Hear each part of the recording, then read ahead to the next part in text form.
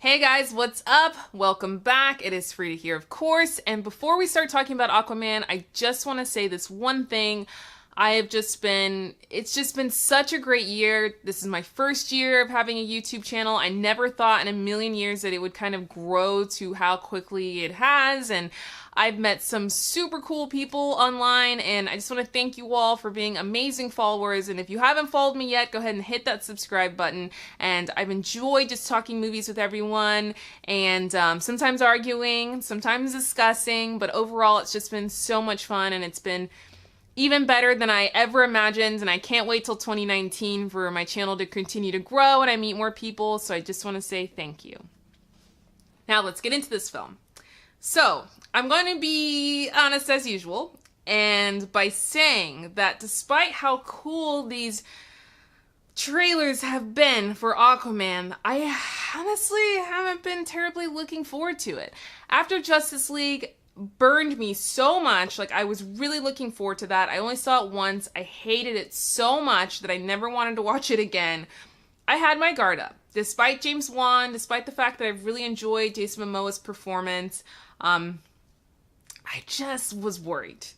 And coming out of this film, I can be honest and say that I have not been that elated leaving a movie this whole year. I mean, I went home and I was just laughing, just talking about moments, and there are parts that are so ridiculous and they're over the top, but they're fabulous. They're wonderful. I had such a good time. Now, this movie is not Shakespeare, okay? We're not getting anything new in storytelling. Like, literally, the first 10 minutes or so, 10 to 15 minutes, like, you can pretty much guess the ending. But it's not about that. It's about the journey to get to the ending. And we have Jason Momoa, Amber Heard, of course Nicole Kidman, Dolph Lundgren, twice in 1 month, very cool. Willem Dafoe, Patrick Wilson, I mean, they're just all wonderful talent, and James Wan is just such a fantastic director, and it was just great to see this world come to life. At first, when you're underwater, like, it's really cool how they do the voice modulation. I love all the visual effects. And overall, the story's just okay, but the one thing I wasn't expecting that I enjoyed a lot was the quest. I love that they kind of built the movie sort of like a treasure map, right? Like, you have your main protagonist, your main guy, Arthur Curry, and in order for him to sort of grow as a character, he has to decide to take the mantle and be the king of Atlantis. And I wasn't really expecting to go on this really cool adventure in order for him to get the treasure of getting the trident. It was just so much fun, and I really enjoyed his chemistry with Amber Heard. I don't think that her performance was always spot on, but she looked gorgeous, and the moments that she was good, she was really good. I mean, I really enjoyed her character quite a bit.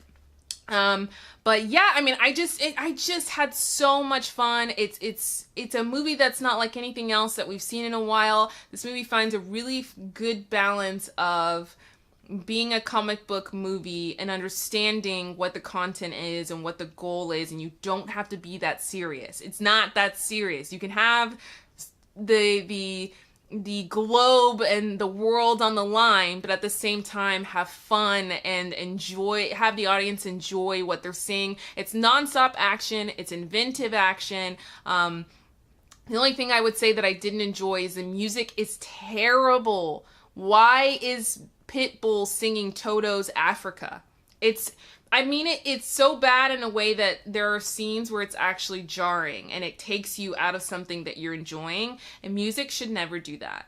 Music and sound should complement what we see on screen. Sound is so important when it comes to films, and if you don't nail that, then it can really take you out of it. I'm not talking about the orchestra. I'm not talking about the sound design. I'm just talking about the soundtrack, and it's put in moments of transition. Especially, that's another thing, especially in moments of transition, because you're going from one scene to another scene. And so, of course, it becomes even more noticeable when you transition, because your brain is noticing that we're moving on to a different scene.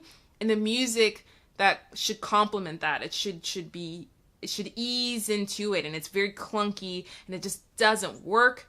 There's one plot hole that kind of bothered me, but again, I'm like, my brain's turned off right now. I'm not here for that. And for people who don't like the film, I struggle to understand a bit because I don't know what you were thinking you were going to get. This movie is something that it's a popcorn film.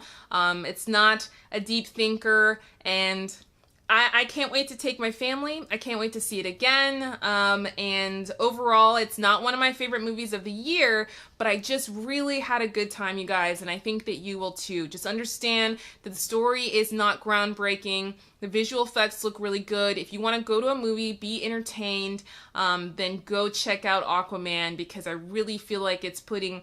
Aquaman and Wonder Woman are putting the DC universe kind of back on track where it needs to be.